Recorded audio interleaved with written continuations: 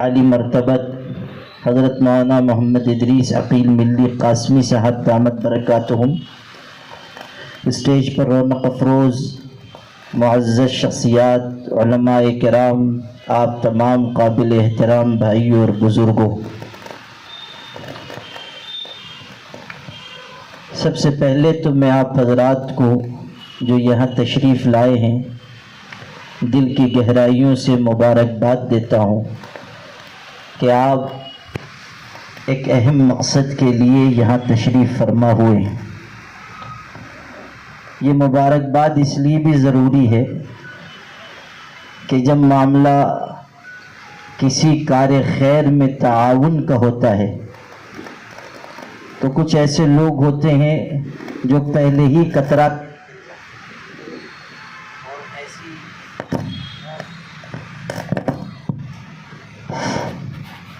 اور ایسی مجلسوں میں عام طریقے پر شریک نہیں ہوتے۔ اللہ نے اگر ہم کو آپ کو یہاں شرکت کا موقع دیا ہے تو ہمیں اللہ کی اس نعمت پر شکر ادا کرنا چاہیے، اور جو تقاضا ہمارے سامنے آئے اپنی اپنی استطاعت کے مطابق ہمیں اس میں حصہ لینا چاہیے۔ حکیم الاسلام مولانا قاری محمد طیب صاحب رحمۃ اللہ علیہ یہ بات فرمایا کرتے تھے کہ جس طرح انسانوں کا مقدر ہوتا ہے اسی طرح زمینوں کا بھی مقدر ہوتا ہے۔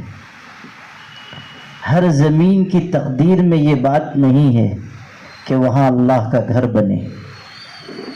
جس زمین کو اللہ چن لیتا ہے وہاں اللہ کا گھر تعمیر ہوتا ہے۔ حدیث پاک میں یہ بات آئی ہے کہ جس طرح تم آسمان کے ستاروں کو چمکتا دمکتا اور روشن دیکھتے ہو، آسمان والے زمین کے ان مقامات کو اسی طرح روشن دیکھتے ہیں جہاں مسجدیں بنی ہوئی ہیں، جہاں اللہ کے گھر تعمیر ہیں۔ آسمان والے جب زمین پر نظر کرتے ہیں یعنی اللہ کے فرشتے، تو مسجد کے مقامات ستاروں کی طرح چمکتے دمکتے نظر آتے ہیں۔ مسجد کی اہمیت کا آپ اس سے اندازہ کریں کہ حضرت نبی کریم صلی اللہ علیہ وسلم جب مکہ مکرمہ سے ہجرت کر کے مدینہ منورہ تشریف لائے تو آپ نے اپنے گھر کی تعمیر سے پہلے اللہ کے گھر کی تعمیر کی فکر فرمائی۔ مسجد نبوی کی بنیاد پہلے رکھی گئی، اور آپ صلی اللہ علیہ وسلم نے باضابطہ مسجد کے لیے زمین خریدی۔ سہل اور سہیل نام کے دو یتیم تھے، ان کی زمین تھی اور وہاں کھجوریں سکھائی جاتی تھیں۔ آپ اندازہ کیجئے ابھی جو بات میں نے کہی کہ زمینوں کا مقدر ہوتا ہے، کس کے وہم و گمان میں یہ بات رہی ہوگی کہ آج جہاں کھجوریں سکھائی جا رہی ہیں وہاں وہ مسجد تعمیر ہوگی جو روئے زمین کی دوسری افضل ترین مسجد ہوگی، اور کائنات کے لوگ اس مسجد کی زیارت کے لیے، اس مسجد میں نماز کے لیے حاضر ہوں گے۔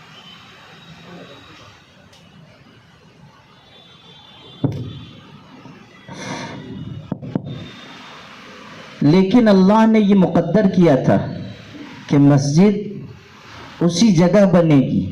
آپ نے ان دونوں یتیموں کو بلا کر ارشاد فرمایا، یہ زمین میں لینا چاہتا ہوں اور تم سے سودا کرنا چاہتا ہوں۔ میرے والد صاحب رحمۃ اللہ علیہ نے ایک مسجد کے افتتاح کے موقع پر یہ روایت بیان کی تو یہ ارشاد فرمایا کہ ان دونوں یتیم بچوں نے یہ کہا کہ طابت لنا انفسنا یا رسول اللہ، اللہ کے رسول صلی اللہ علیہ وسلم، ہم آپ سے کوئی پیسہ نہیں لیں گے، زمین ہماری طرف سے تحفے میں لے لیجئے، اللہ کا گھر بننا ہے، ہم پیسہ نہیں لیں گے۔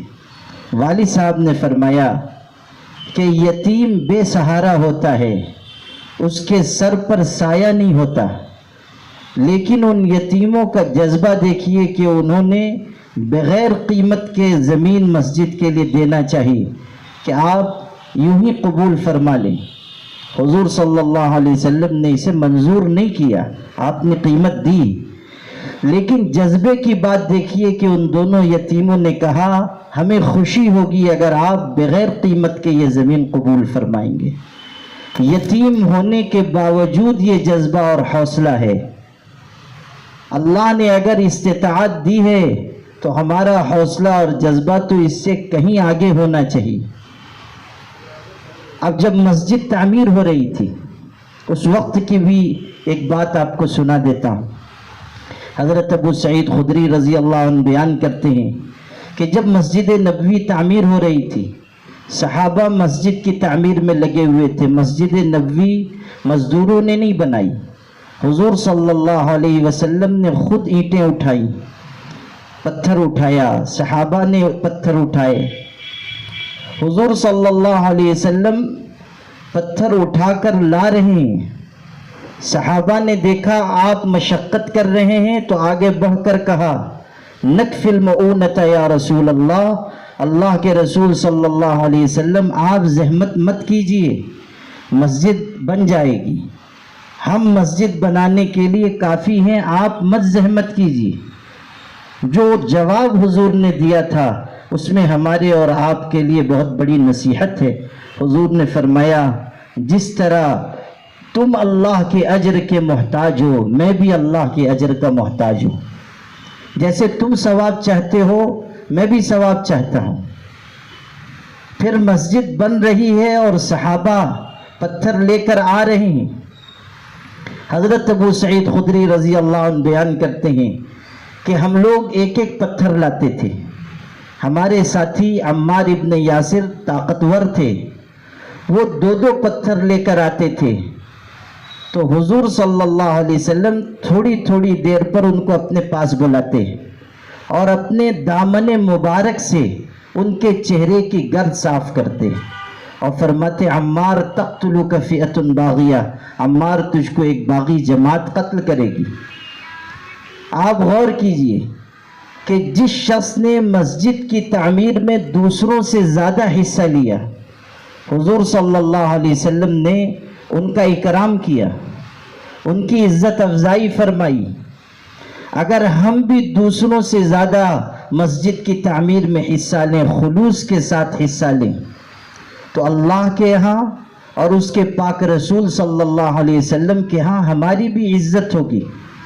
آج اگر حضور دنیا میں جلوہ افروز ہوتے اور مسجد کی مخلصانہ خدمت کرنے والوں کو حضور کی خدمت میں پیش کیا جاتا تو حضور ان کا بھی احترام اور اکرام فرماتے، عزت افزائی فرماتے۔ مسجد دینی کاموں کا مرکز ہے، صرف سجدہ گاہ نہیں، دینی کاموں کا مرکز ہے۔ مسجد کے ذریعے اللہ کے دین کی تعلیم عام ہوتی ہے، مسجد کے ذریعے لوگوں تک خیر کا پیغام پہنچتا ہے، مسجد کے ذریعے غریبوں مسکینوں کی مدد ہوتی ہے۔ افسوس کہ ہمارے معاشرے میں مساجد کے کام کو محدود کر دیا گیا، لیکن یہ سب مسجد سے جڑے ہوئے اعمال ہیں۔ نبی کریم صلی اللہ علیہ وسلم نے مسجد کو صرف سجدہ گاہ نہیں بنایا، دینی کاموں کا مرکز بنایا، اور آپ نے بتایا کہ ہر کام مسجد سے کیا جائے، اور مسجد سے جو کام ہوگا اس کے اندر طاقت ہوگی، قوت ہوگی، تاثیر ہوگی، لوگوں کے دلوں میں گھر کر جانے کی صلاحیت ہوگی۔ ابھی امام صاحب نے مجھ کو بتایا کہ اس مسجد کے سلسلے میں بھی یہاں یہ عزائم ہیں کہ ابھی تو مسجد چھوٹی ہے اور ماشاءاللہ آباد رہتی ہے، نمازیوں کی وجہ سے جگہ تنگ ہو جاتی ہے، لیکن جب یہ زمین مل جائے گی اور اللہ تعالیٰ اپنے فضل سے اس پر مسجد کی تعمیر کروا دے گا تو مستقبل میں یہاں سے بہت سے کارہائے خیر انجام پائیں گے، اور غریبوں، مسکینوں، یتیموں، بیواؤں کی مدد کا بھی ان کا پروگرام ہے، ان کے عزائم میں یہ بات شامل ہے۔ اسی طرح اعلیٰ معیار پر دین کی تعلیم ہو، بچوں بچیوں کی اچھی تربیت ہو، نوجوانوں کو یہاں سے کچھ کام دیا جائے اور ان کو دین کے کاموں میں استعمال کیا جائے۔ بہت سے کام اس طرح کے مسجد سے ہو سکتے ہیں، اور اس مسجد کے ذریعے بھی جو گھنی آبادی میں ہے اور جہاں نمازیوں کا رجوع ہے، مسافروں کا رجوع ہے، ایسے بہت سے کام یہاں سے انجام دیے جا سکتے ہیں۔ مسجد کے منتظمین کا یہ عزم ہے کہ آگے انشاءاللہ اس طرح کے کام یہاں سے انجام دیے جائیں گے۔ اور یہاں ٹھہر کر میں ایک بات عرض کرتا ہوں، یہاں ایسے حضرات بھی ہیں جو مختلف مساجد کے ذمہ دار ہیں، ان کی خدمت میں بھی یہ بات عرض کرتا ہوں کہ مسجدوں کے نفع کو، مسجدوں کے فائدے کو محدود مت ہونے دیجیے۔ اللہ نے اگر آپ کو مسجد کا متولی بنایا ہے، مسجد کا ذمہ دار بنایا ہے، تو آپ کی ذمہ داری ہے کہ مسجد میں وہ کام انجام دیے جائیں جو ہمارے آقا حضرت محمد صلی اللہ علیہ وسلم نے اپنی مسجد میں جاری فرمائے تھے۔ ہر مسجد مسجد نبوی سے، مسجد حرام سے جڑی ہوئی ہے، تو وہ اعمال بھی ہماری مساجد میں ہونے چاہیے جو اللہ کی اور اس کے پاک رسول کی پسند ہے۔ افسوس کہ اس طرف توجہ نہیں ہو رہی ہے، اس کی وجہ سے ہماری مساجد کا فائدہ محدود ہو رہا ہے۔ ہمیں کوشش کرنی چاہیے کہ ہماری مساجد خیر اور بھلائی، طاعت اور دین کی تبلیغ، رشد و ہدایت اور لوگوں کی خدمت کا مرکز بنے۔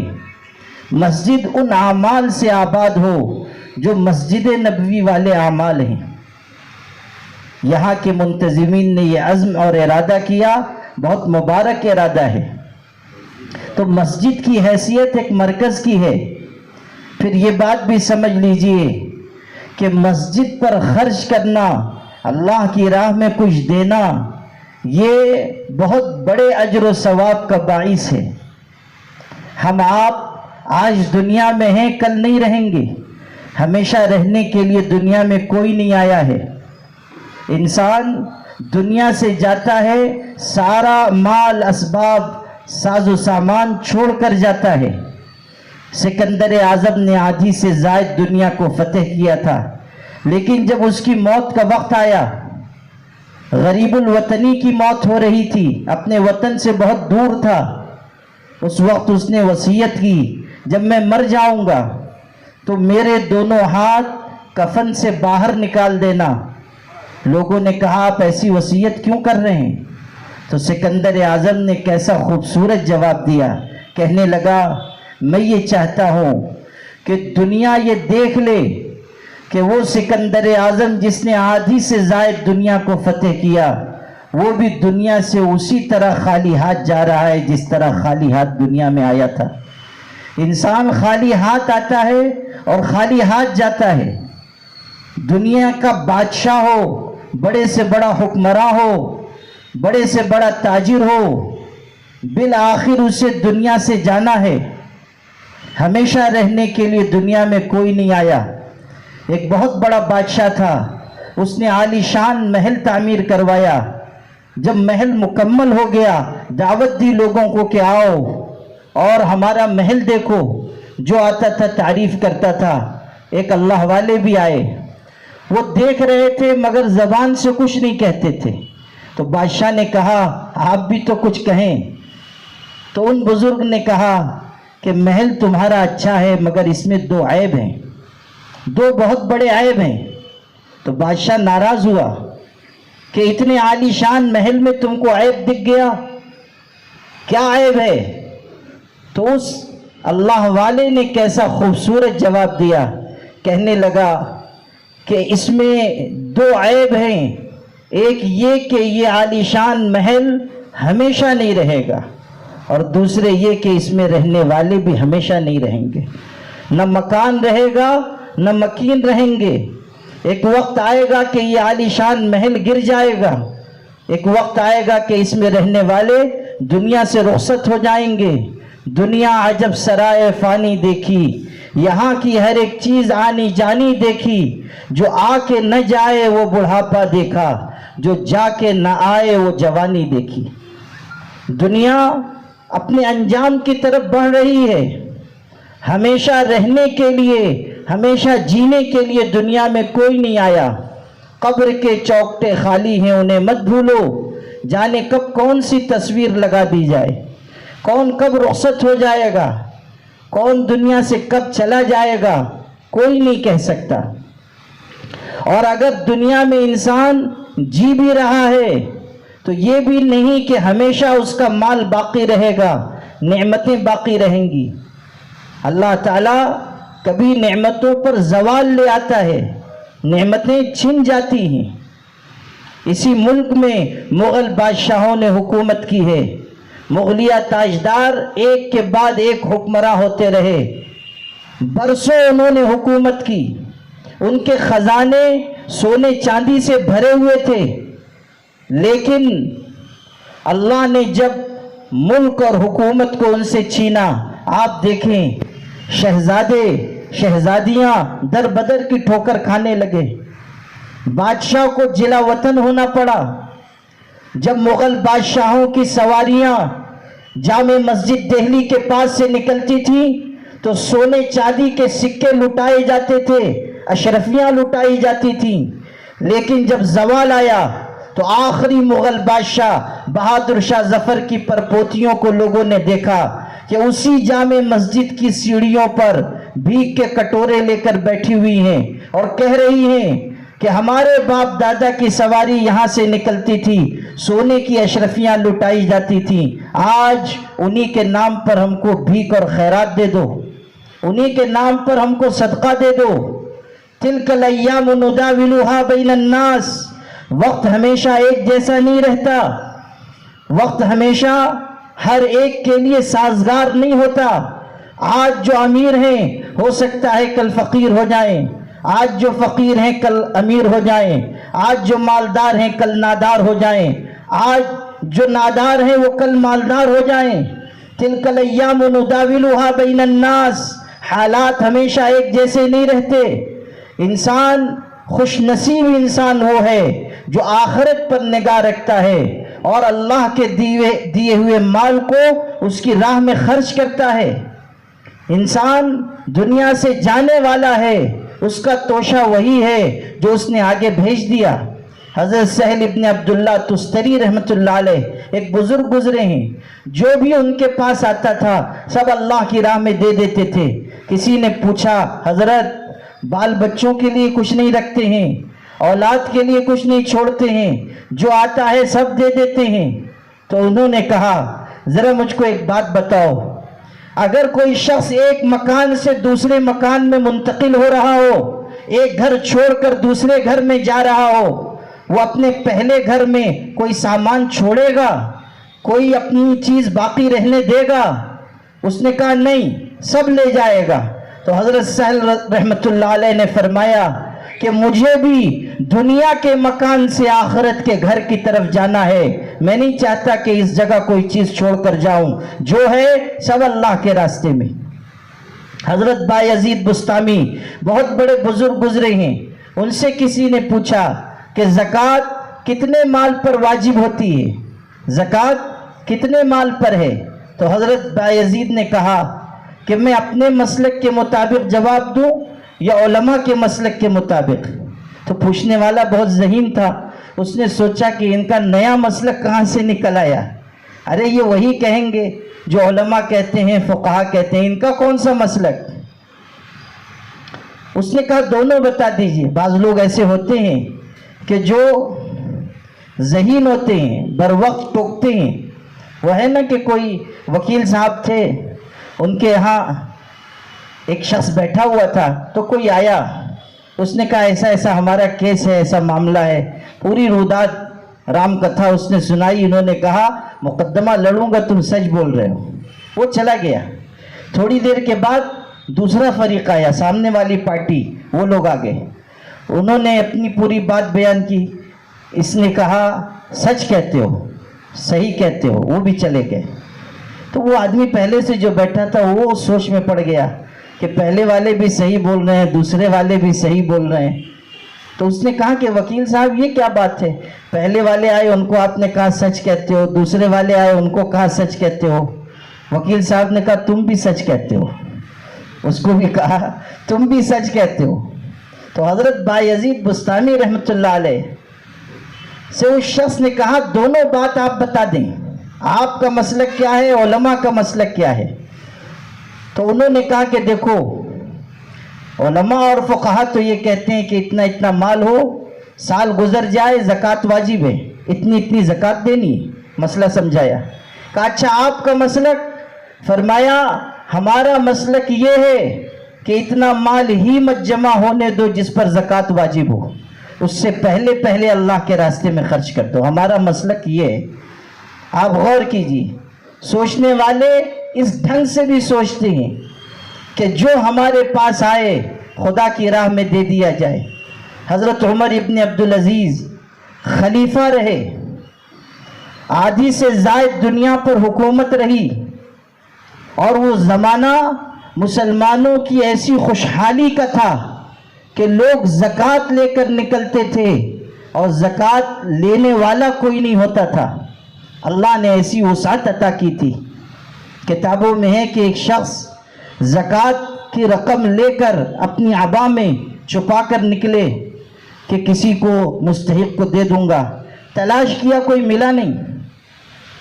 راستے سے جا رہے تھے, حضرت عمر ابن عبدالعزیز کا دور ہے اور لوگوں کو دیکھ رہے ہیں. ایک آدمی بہت مشکل سے نظر آیا جس کا کپڑا حلیہ ذرا غریبوں جیسا تھا. تو وہ اس کے قریب گئے, سلام کیا, ہاتھ پکڑ کر کنارے لے گئے اور لے جا کر اپنی عبا میں سے وہ تھیلی نکالی اشرفیوں کی زکوٰۃ کی رقم اور دینے لگے. اس نے کہا کیا ہے؟ انہوں نے کہا یہ زکوٰۃ کی رقم ہے, آپ اس کو قبول کریں. اس نے اپنی عبا ہٹائی, اس سے بڑی تھیلی دکھائی, کہا میں بھی مستحق ڈھونڈ رہا ہوں, میں بھی کوئی مستحق ڈھونڈ رہا ہوں. جتنی بڑی اس کی تھیلی تھی اس سے بڑی تھیلی دکھا کے کہہ رہا ہے کہ میں بھی زکوٰۃ کا کوئی حقدار ڈھونڈ رہا ہوں کہ کوئی آدمی مل جائے, یہ میں اس کو دے دوں. ایک طرف خوشحالی کا یہ عالم ہے اور آدھی سے زائد دنیا کا حکمراں ہے. آپ اندازہ کر لیجئے کہ کتنے بڑے منصب پر ہیں, سارا بیت المال ان کے پاس ہے, اس کے باوجود ان کے مدت خلافت میں جتنے دن وہ سربراہ رہے, خلیفہ رہے, کتابوں میں ہے کہ ان کے اوپر زکوٰۃ واجب نہیں ہوئی. زکوٰۃ واجب نہیں ہوئی. زکوٰۃ کا واجب ہونا تو جانے دیجئے. حالت یہ تھی کہ بسا اوقات گھر میں کھانے کے لیے کوئی چیز موجود نہیں ہوتی تھی.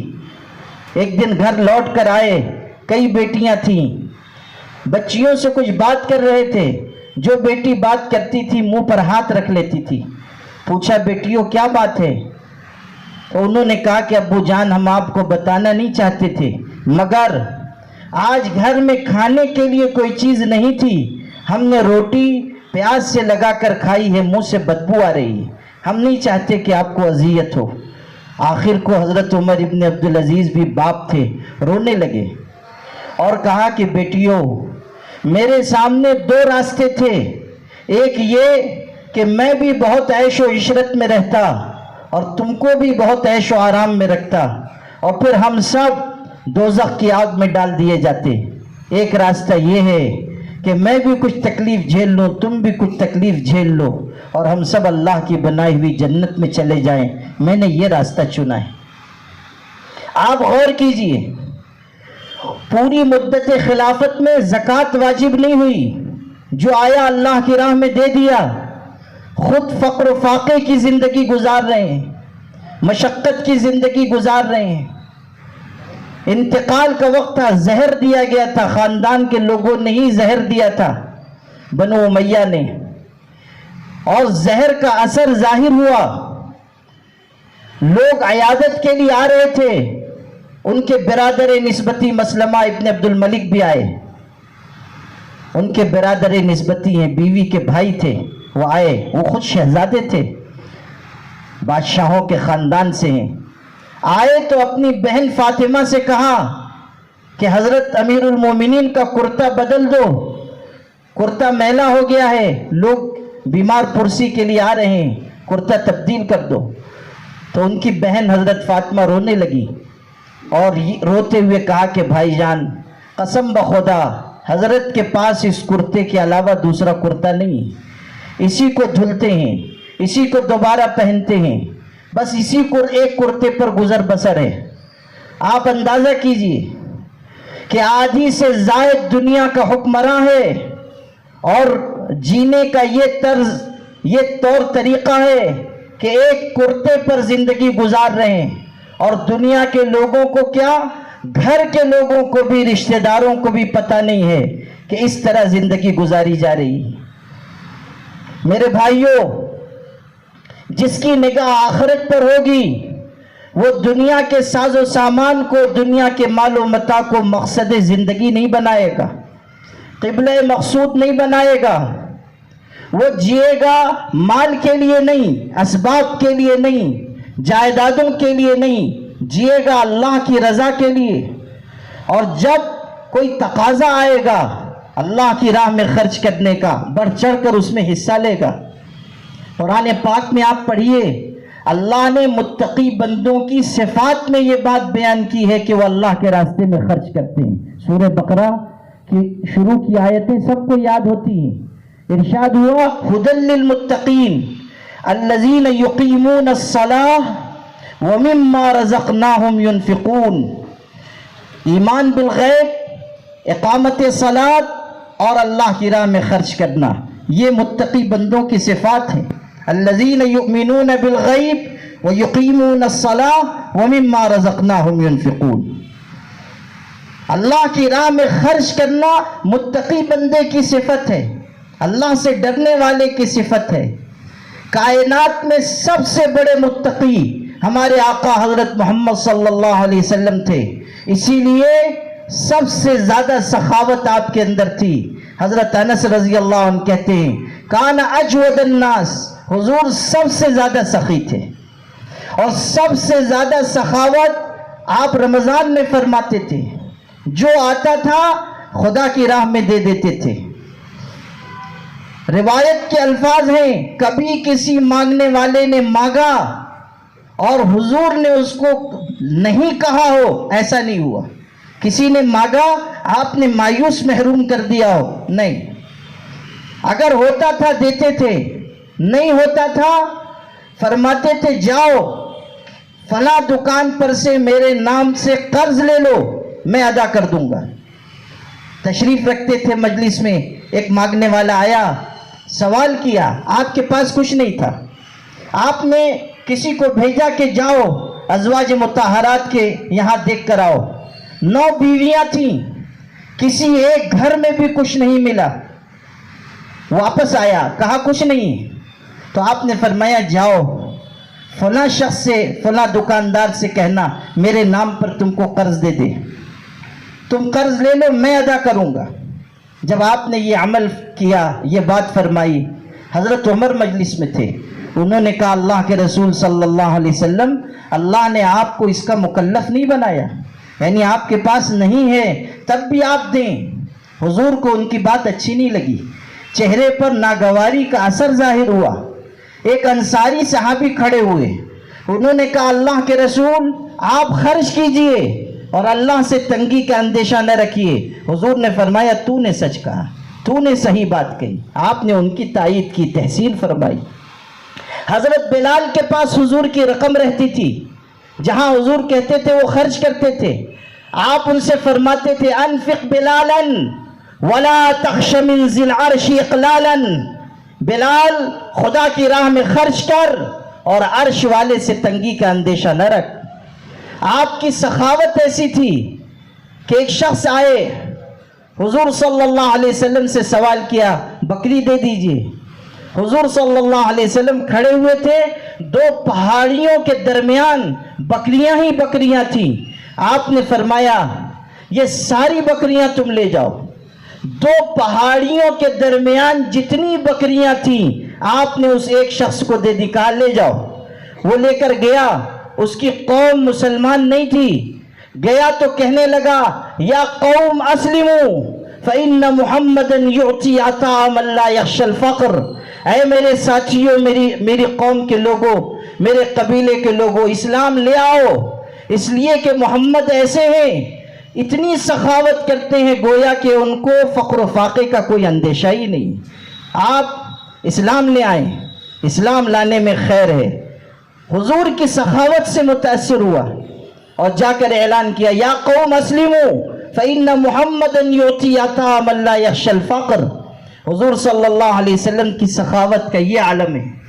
آپ خود فقر و فاقہ برداشت فرما رہے ہیں، لیکن لوگوں کو نوازنے میں، لوگوں کو عطا کرنے میں آپ کبھی پیچھے نہیں رہے. آپ صلی اللہ علیہ وسلم کی یہ شان سخاوت ہمارے آپ کے لیے اسوہ اور نمونہ ہے، ہمارے لیے راہ عمل ہے. حضور صلی اللہ علیہ وسلم سخی لوگوں کو پسند فرماتے تھے. خود آپ نے فرمایا سخی اللہ سے قریب ہے، سخی اللہ سے قریب ہے، لوگوں سے قریب ہے، جنت سے قریب ہے، جہنم سے دور ہے. اسی روایت کا اگلا ٹکڑا ہے کنجوس اللہ سے دور ہے، لوگوں سے دور ہے، جنت سے دور ہے، جہنم سے قریب ہے. کنجوس کے بارے میں یہ فرمایا اللہ سے بھی دور، بندوں سے بھی دور. آپ دیکھیں جو بخیل ہوتا ہے لوگ پسند نہیں کرتے، اللہ تو ناپسند کرتا ہی ہے، لوگ بھی پسند نہیں کرتے، چاہے کتنا ہی مال والا ہو، بخیلوں کو کوئی پسند نہیں کرتا. بخیل سے لوگ دور بھاگتے ہیں. آپ کو ایک دلچسپ قصہ سنا دیتا ہوں. کسی عرب ملک میں کوئی بیچارہ مانگنے والا تھا. وہ کسی بڑی دکان پر پہنچا. اس نے کہا بھوکا ہوں کچھ کھلا دو. وہ بہت ہی بخیل تھا، پیسے والا تو تھا، بہت بڑی دکان، جائیداد، اسباب، لیکن تھا نہایت کنجوس، نہایت بخیل. اس نے کہا معاف کرو. اس نے کہا نہیں لے کے جاؤں گا. بیٹھ گیا. اس نے سوچا کتنی دیر رہے گا، آدھا گھنٹہ، پون گھنٹہ، پھر تو چلا جائے گا. مگر وہ بخیل بھی، وہ فقیر بھی نہایت درجہ ضدی تھا. وہ بیٹھ گیا، اٹھنے کا نام ہی نہیں لیتا ہے. کئی گھنٹے گزر گئے تو یہ پریشان ہو گیا. اس نے سوچا چلو کچھ دے دلائی کہ چھٹی کریں. تو اپنے ایک مزدور کو بلایا، دکان کے ملازم کو. بہت سے ملازم تھے، بہت بڑی دکان تھی. عربی میں کہنے لگا یا امیر، اس کا نام لیا، یا امیر قل بشیر فلیقل نذیر فلیقل وزیر ان یؤتی خبزا لهذا الفقیر. کہ امیر تم وزیر سے کہہ دو، وہ بشیر سے، وہ نذیر سے، اس فقیر کو ایک روٹی دے دو.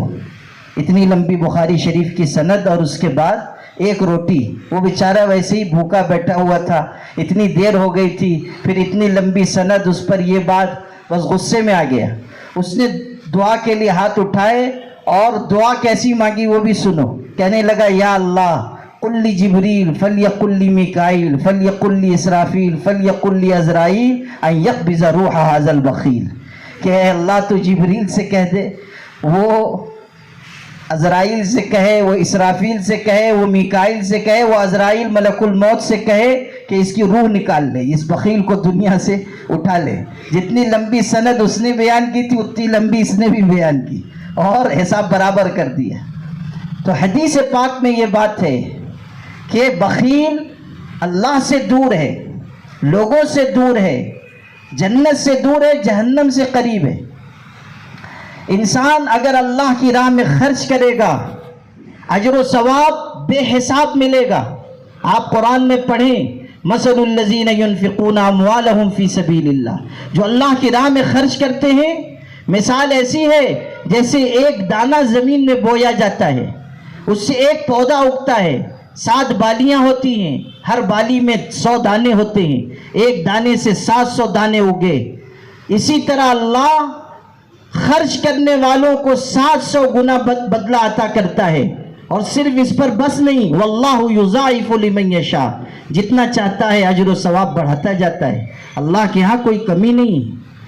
یہ بھی حدیث میں ہے کہ تم میں سے کوئی شخص ایک کھجور اللہ کی راہ میں دیتا ہے، اللہ اس کو اپنے ہاتھ میں قبول کرتا ہے۔ یہ حدیث کے الفاظ ہیں، اللہ اپنے ہاتھ میں اس کو قبول کرتا ہے، پھر اس کی پرورش کرتا ہے، جیسے تم میں سے کوئی بہترین جانور کے بچے کی پرورش کرتا ہے۔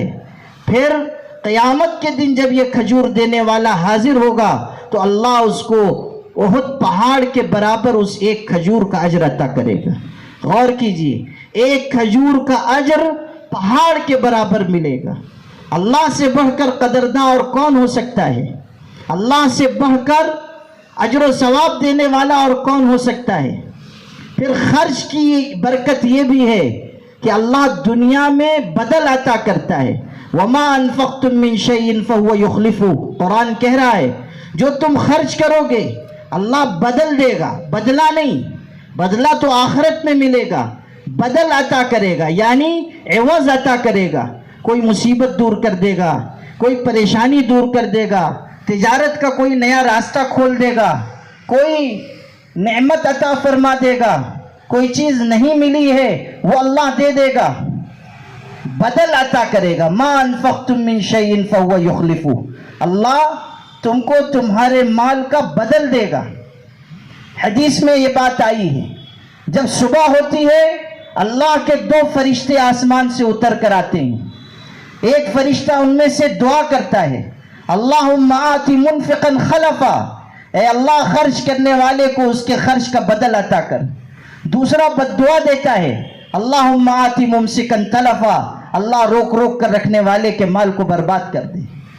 دعا بھی ہے بد دعا بھی ہے، خرچ کریں گے تو فرشتے کی دعا ملے گی، نہیں دیں گے روک کر رکھیں گے تو فرشتے کی بد دعا ہے۔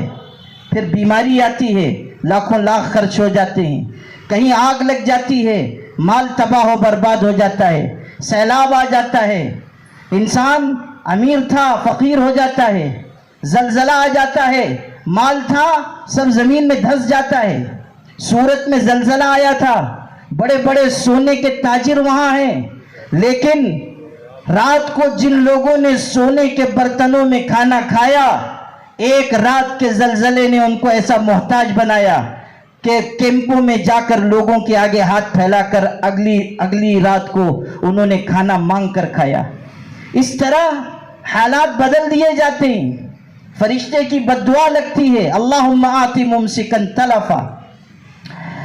حدیث میں یہ بات آئی ہے، انسان صدقہ دیتا ہے، وہ صدقہ آسمان کی طرف جاتا ہے، اوپر سے بلا آ رہی ہے، مصیبت، ادھر سے صدقہ جا رہا ہے، صدقہ اس بلا کو روکتا ہے، اور صدقے اور اس بلا کے درمیان لڑائی ہوتی ہے، اور یہ لڑائی قیامت تک جاری رہتی ہے، یعنی اس بلا کو صدقہ زمین آسمان کے بیچ میں روکے رہتا ہے، دونوں کے درمیان مقابلہ چلتا ہے۔ صدقہ ایسی چیز ہے، صدقے کے ذریعے گناہ معاف ہوتے ہیں، تطفئ الخطیہ کما یطفئ الماء النار، حدیث کے الفاظ ہیں، حضرت معاذ رضی اللہ عنہ بیان کر رہے ہیں، حضور نے فرمایا کیا تجھے خیر کی باتیں نہ بتاؤں؟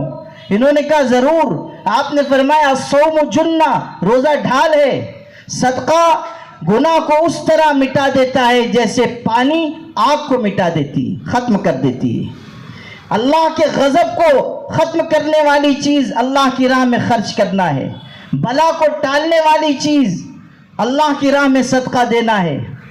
ایک خاتون کے بارے میں ہے، اس کا جوان بیٹا خدا کی راہ میں گیا ہوا ہے، اللہ تعالیٰ کا حفاظت کا کیا نظام ہے، سفر پر ہے، یہ بیچاری بوڑھی ماں غریب ہے، ایک دن دوپہر کو کھانے کے لیے بیٹھی، دروازے پہ کسی نے دستک دی، یہ لقمہ اٹھا رہی ہے، دستک ہوئی، دیکھا کہ ایک فقیر ہے مانگنے والا، اس نے اپنا کھانا وہ لقمہ اٹھا کر اس کو دے دیا، خود غریب ہے لیکن اس نے سوچا میں شام کو کھا لوں گی، مگر یہ غریب معلوم ہوتا ہے، بھوکا معلوم ہوتا ہے، مسکین ہے، دے دیا، وہ تو دعا دیتا ہوا چلا گیا۔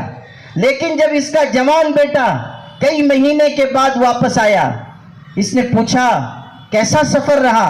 اس نے کہا امی بس کسی کی دعا کوئی نیکی کام آ گئی، زندہ سلامت آ گیا، ورنہ میں تو مر چکا ہوتا۔ ہوا یہ کہ میں جنگل سے گزر رہا تھا، اچانک ایک شیر دہاڑتا ہوا آیا، مجھ پر اس نے حملہ کرنا چاہا، قریب تھا کہ مجھ کو چیر پھاڑ ڈالتا۔ اچانک ایک سفید کپڑا پہنا ہوا شخص کہیں سے ظاہر ہوا، اس کے ہاتھ میں نیزہ تھا، اس نے اس شیر کو مار کر ہلاک کر دیا۔ میں نے اس سے پوچھا تم کون ہو جس نے مصیبت کے وقت میری مدد کی؟ وہ مسکرایا اور اس نے ایک جملہ کہا کہ یہ لقمہ اس لقمے کے بدلے میں ہے، یہ کہہ کر چلا گیا۔ ماں نے کہا کون سا دن تھا، کون سی تاریخ؟ اس نے بتایا وہی دن وہی تاریخ جب ماں نے اپنا لقمہ خدا کی راہ میں صدقہ کیا۔ خدا نے بتایا کہ جو لقمہ تم نے اللہ کی راہ میں دیا تھا اسی کی برکت ہے کہ تمہارا بیٹا شیر کا لقمہ بننے سے بچ گیا۔ صدقہ بلاؤں کو، مصیبتوں کو، پریشانیوں کو دور کر دیتا ہے۔ آج ہم اللہ کی راہ میں دیں گے، مسجد کے لیے دیں گے، مسجد کی زمین خریدنے کے لیے اپنی حق حلال کی کمائی دیں گے، اللہ تعالیٰ اس کی برکت کہاں کہاں ظاہر کرے گا ہم نہیں اندازہ کر سکتے۔ کہاں کہاں اللہ تعالیٰ ہمارے لیے سہولت پیدا کرے گا، مصیبت کو دور کرے گا، کاروبار میں وسعت پیدا کرے گا، ہم نہیں سمجھ سکتے۔ اس لیے جب آپ کے سامنے تقاضا آیا ہے، آپ کو بلایا گیا ہے کہ آپ خدا کی راہ میں خرچ کرنے کے لیے، مسجد کی زمین خریدنے کے لیے آگے آئیں، تو آپ اچھے ارادے عزائم کیجئے اور جو اللہ نے آپ کو دیا ہے اس میں سے اللہ کے راستے میں دیجئے۔ یہ آپ کا دینا آپ کی سعادت ہے۔ مسجد بن جائے گی، مسجد اللہ جہاں چاہتا ہے، جس کے ذریعے چاہتا ہے بنا دیتا ہے۔ ترکی میں ایک مسجد ہے، ساکی یدم اس کا نام ہے۔ مسجد کا نام عجیب و غریب ہے۔ اس لفظ کا، جملے کا معنی ہے گویا کہ میں نے کھا لیا۔ اس کی تاریخ یہ ہے کہ ایک مزدور کے دل میں یہ تمنا ہوئی کہ میں مسجد بناؤں، کچھ تھا نہیں لیکن اس نے چاہا کہ میں مسجد بناؤں۔ اس نے تہیہ کیا، ارادہ کیا کہ میں تھوڑا تھوڑا پیسہ جمع کروں گا، اور ترتیب یہ بنائی کہ جب میرے دل میں کوئی چیز کھانے کی تمنا پیدا ہوگی تو میں اتنا پیسہ ایک جگہ رکھ دوں گا اور اپنے آپ سے کہوں گا گویا کہ میں نے کھا لیا۔ جتنی رقم کی وہ چیز آنے والی ہے اتنی رقم رکھ دوں گا، اپنے آپ سے کہوں گا گویا کہ میں نے کھا لیا۔ اس طرح جوانی سے بڑھاپے تک وہ اپنے دل کو مار کر پیسے جمع کرتا رہا، اپنے ارمانوں کا خون کر کے پیسہ جمع کرتا رہا۔ پھر اتنے پیسے جمع ہو سکے کہ ایک چھوٹی سی مسجد بن جائے۔ اس نے مسجد بنا دی۔ لوگوں کو جب اس کی قربانی کا علم ہوا تو لوگوں نے مسجد کا نام رکھا ساکی یدم، گویا کہ میں نے کھا لیا، تاکہ اس کی قربانی کی یادگار رہتی دنیا تک قائم رہے، رہتی دنیا تک لوگوں کو معلوم ہو کہ ایک غریب شخص نے کس جذبے کے ساتھ اس مسجد کو تعمیر کیا۔ اللہ جب جس سے چاہے گا کام لے لے گا۔